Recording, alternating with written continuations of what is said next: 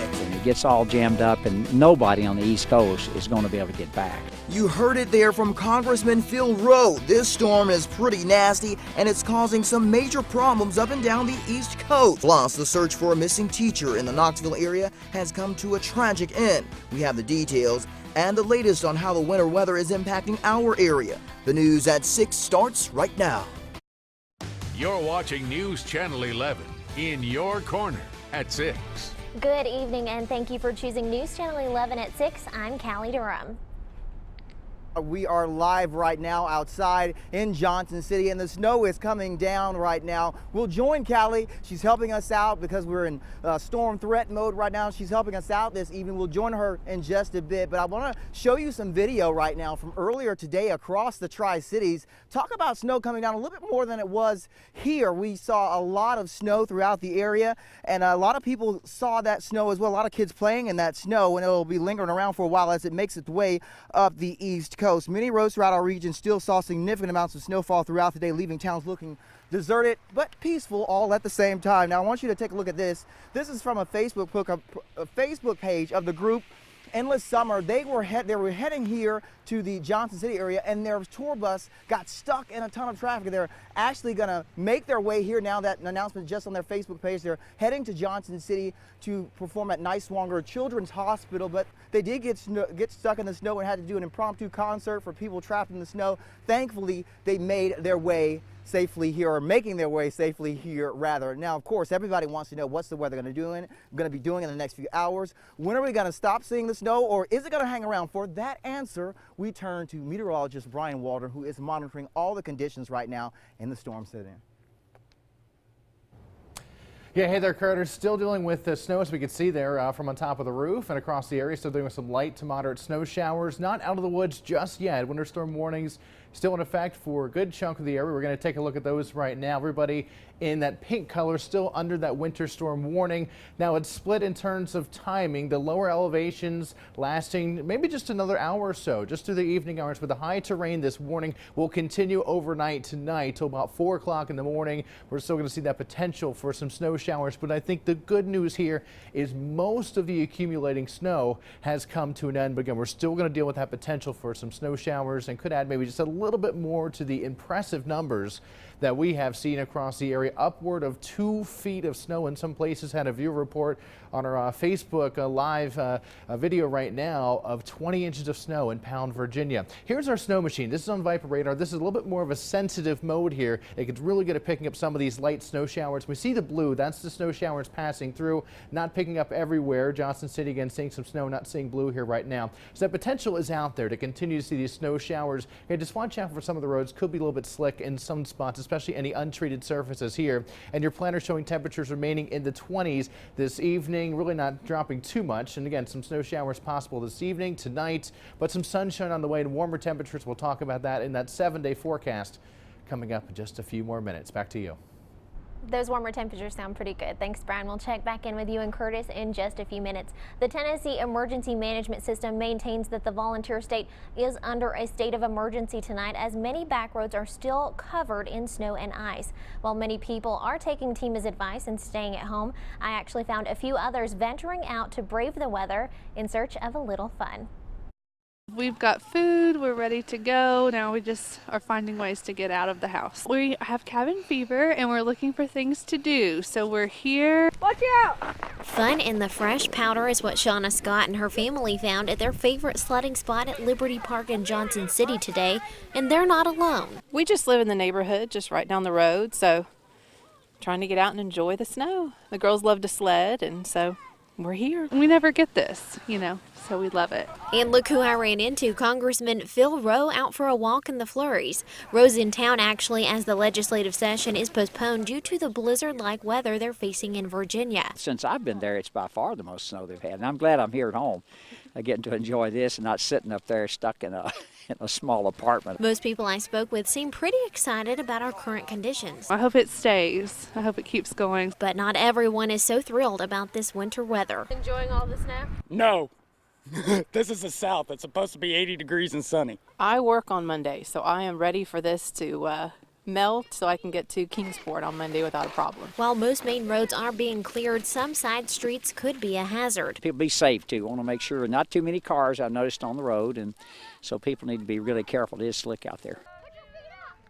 While snow can be fun for some, it can also be difficult for many others, especially commerce that tends to lag during times of inclement weather. News Channel 11 spoke with Marco's Pizza in Johnson City today, who says normally all the snow would drum up more business, but with the treacherous road conditions, delivering isn't a very viable option.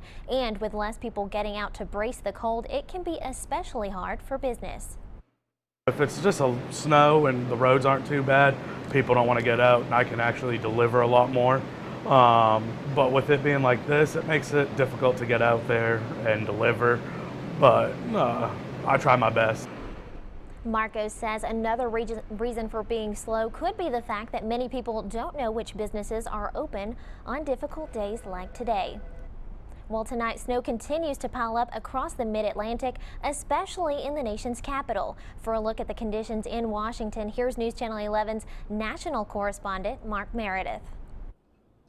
It's been a snowy Saturday all day here in D.C., and there's no signs this is going to let up. You can see it's still coming down. And what's amazing is how much snow has fallen, over a foot right here where I'm standing. And if you're out on the streets, it certainly doesn't look any better. We went out across D.C. earlier today to get a better idea of what it's like. Most people deciding to stay inside, several businesses shutting down, people stocked up ahead of the storm, which was a good thing because it's simply not easy to get around. Both the buses and the transit system have been shut down until Monday.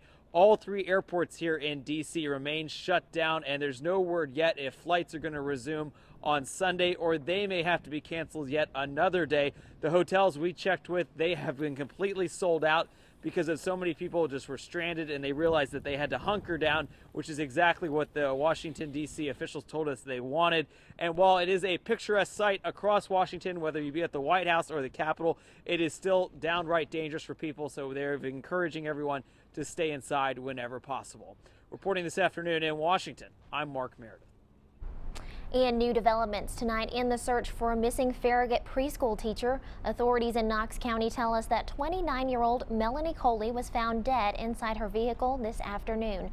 Officials say it appears she was the victim of a single vehicle accident. The car was found by the Tennessee Highway Patrol while investigating Coley's normal traffic routes. Coley was last seen Thursday night. We'll have more on this developing story on the news tonight at 11. Also, we're learning now that it could be Monday before we get new information about a death investigation that's underway in Bristol, Virginia. Police say they found a man's body on Kingsmill Road at Hillside Avenue on Friday afternoon. According to police, the man had a head injury, but the exact cause of death has not yet been determined. You can look for updates to this story both on air and on our website, WJHL.com. Well, the weather is still a big concern for many people across the Tri-Cities, even though the snow is beginning to taper off for the most part. Let's check back in now with Curtis, who's live in Johnson City and facing the elements tonight. How are things looking right now, Curtis? Well, Kelly, I got to tell you, the snow, it comes and goes. 1 second it'll taper off, the next minute it'll pick back up. But I want you to look at the Johnson City skyline behind me here. Take a look at that. Just covered in, I would say, a sea of white, but you know, it pretty much is. There are some clear spots, but for the most part, the snow is pretty much coming down here in Johnson City this evening. I want to take you to some video that we've gotten from over the week, throughout the week earlier, and just give you some totals in Virginia. While all of this stuff may look pretty, and some people are enjoying it, there are some very treacherous things going on, some people stuck in some very dire situations. The Virginia State Police, we just got this in, have responded to 186 traffic crashes and about 553 disabled vehicles. That's statewide. That's during this snow event, and that number is expected to possibly go up as this storm moves through the entire state of Virginia and up the East Coast. Also, back here in Tennessee and the surrounding region, the state of Tennessee is still under a state of emergency, a level 3 state of emergency, as they continue to monitor these slick roads and slick areas. Of course, we're going to stay on top of everything and continue to monitor all of this as it continues to move through our area. And I know that's what Brian Walter's doing. He's been monitoring everything in the storm center, just watching as this storm system moves through our area. Brian, what can we expect? What can we look forward to? Hey, Curtis, we still have the winter storm warnings in effect for this evening and tonight, but I promise some sunshine and some warmer days ahead. Of full details in that 7-day forecast when we come back.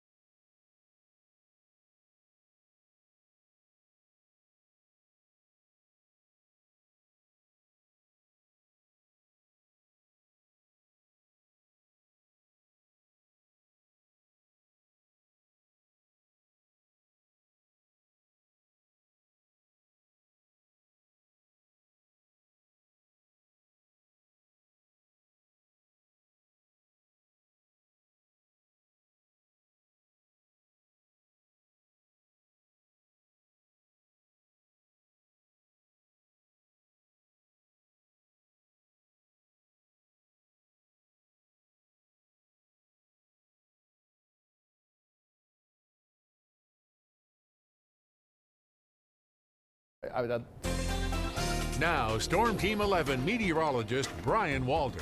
Now, is the worst of the storm over? Yes, I think it is, but we're not out of the woods just yet. Still potential for some snowfall across the area, mainly across the higher elevations. Winter storm warnings.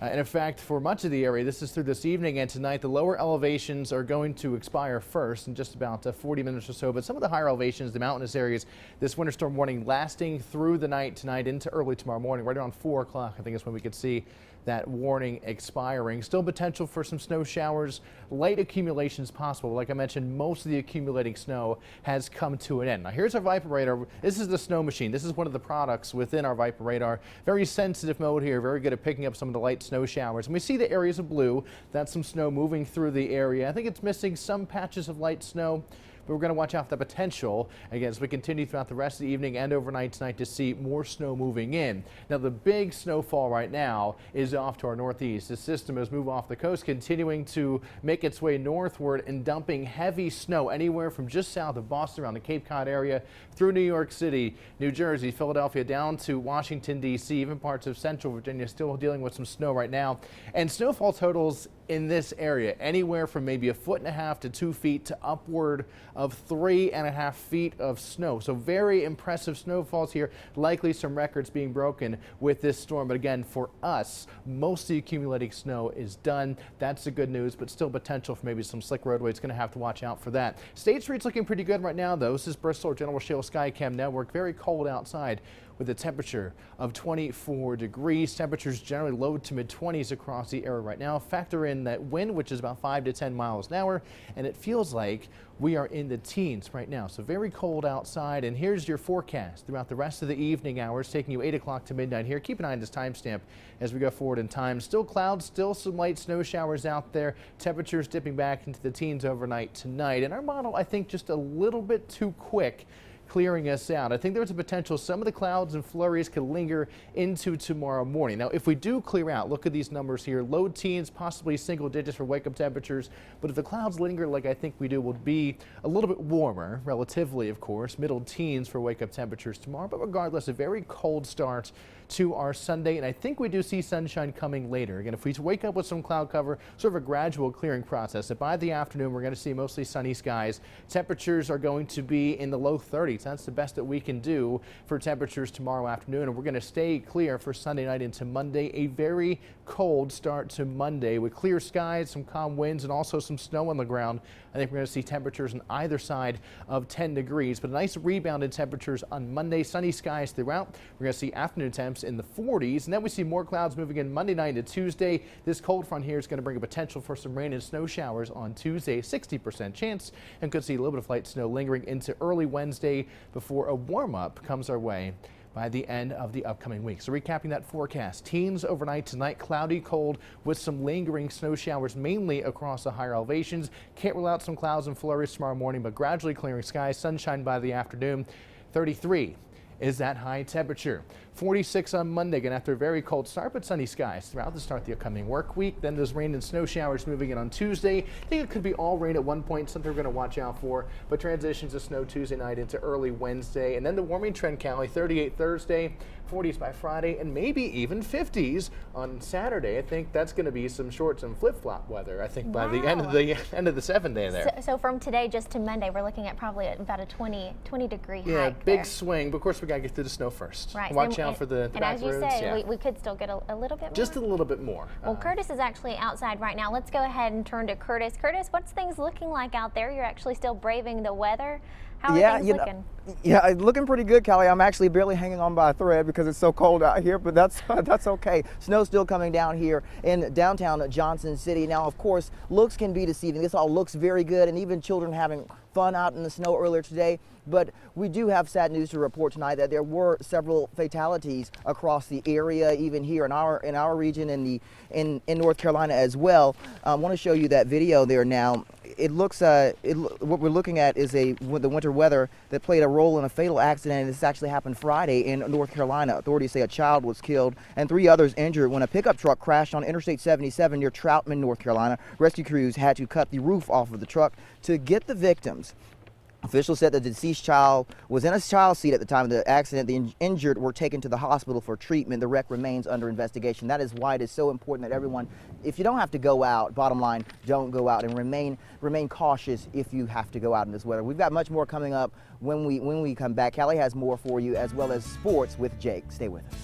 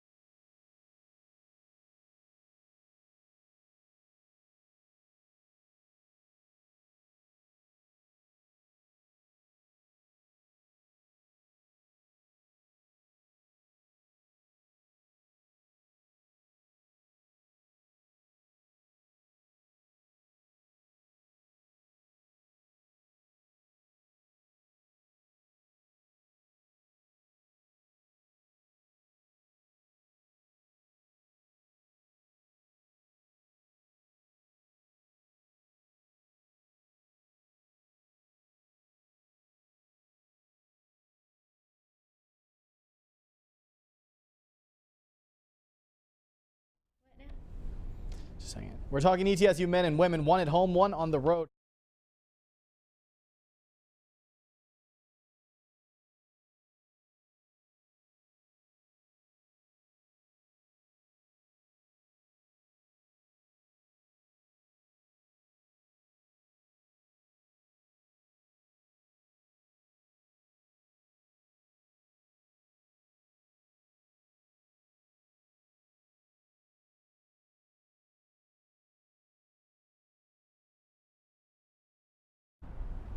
Well, here's one way of keeping warm on a cold night like tonight. Liquor store employees tell us that Johnson City is actually, when there's snow in the forecast, that draws more people into their store in search of alcohol. Some customers say the alcohol purchases that they make are not only making time stuck in the house go by faster, but it also helps them to overcome any wintry blues.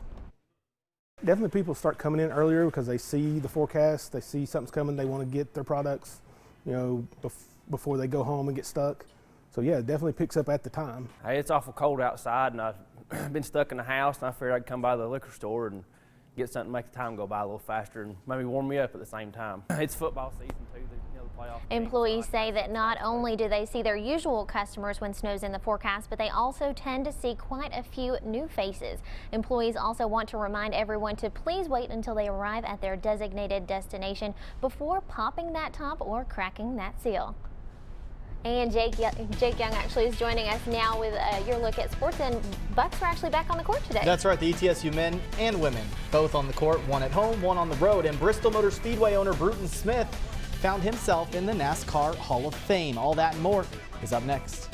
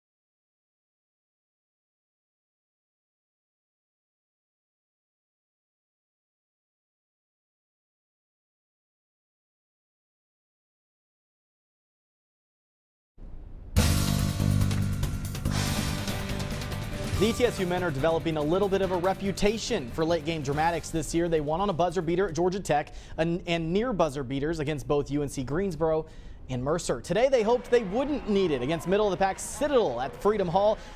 Early in the first half, Isaac Banks finishing off the alley-oop. Number 10 throwing down for a 2-0 Bucks lead. Then G-Lon Gwynn in transition. Spots up for 3, 7 for him in the first 4 minutes. It was 11-5 ETSU. Here come the Bulldogs, though. PJ Butte, crazy lay-in will go. It's 19-19. Bucks would rebound, though. It's Cromer going straight down the middle. Agent Zero, bucket in the bump. Back come the Bulldogs, though. Tim Broom throws up a lay-in at a crazy angle. Somehow that would go. It was 39-36, the Citadel. Before the end of the half, though, Petey McLean spinning through traffic. His lay-in will fall. This game went to overtime.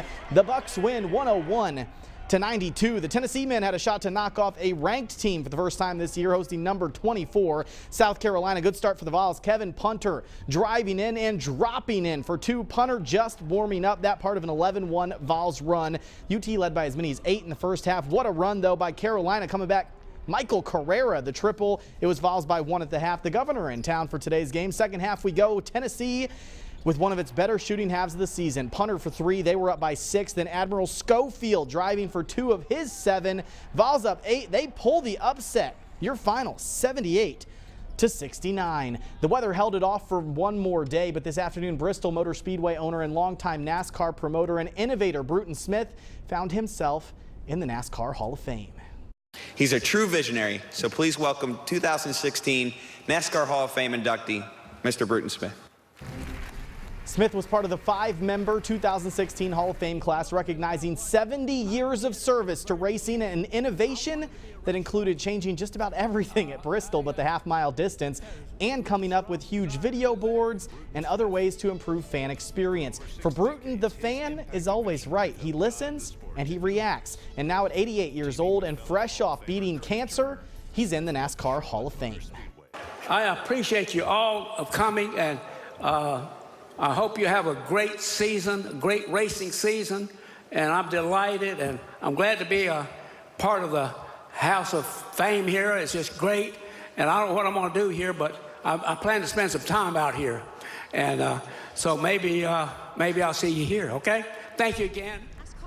That was just a small part of Bruton's 20 or so minute speech. He joins 4 other racing legends in this year's Hall of Fame class. They are Bobby Labonte, Jerry Cook, Bobby Isaac, and Curtis Turner. NASCAR doesn't take the only Hall of Fame attention today. ETSU is starting its 2016 Hall of Fame induction right now with 8 former athletes finding their place for the Bucks. The class is led by familiar faces and basketball teammates Gerald Fields and Zaki Wadood. It extends to recent football standout BJ Adigan and his quarterback Greg Ryan. There's 60s football star Bill Casey. Then it goes off the beaten path to golfer Alan Strange, runner Catherine Barry, and women's soccer player Aaron Ashton. I'll have much more on the immortalized Bucks tonight at 11. Eric Berry's Kansas City Chiefs were eliminated from the playoffs last week, but the role model safety for KC honored once again yesterday, being named the Pro Football Writers of America's Comeback Player of the Year. Berry was a shoo-in for the award, being named an All-Pro and a Pro Bowl player in his first season back after fighting lymphoma for the past year. Berry stayed strong throughout his fight, now stands as a symbol of perseverance for both football players and those fighting cancer. Well, thanks, Jake. We'll have more news and weather coming up right after this. Stay with us.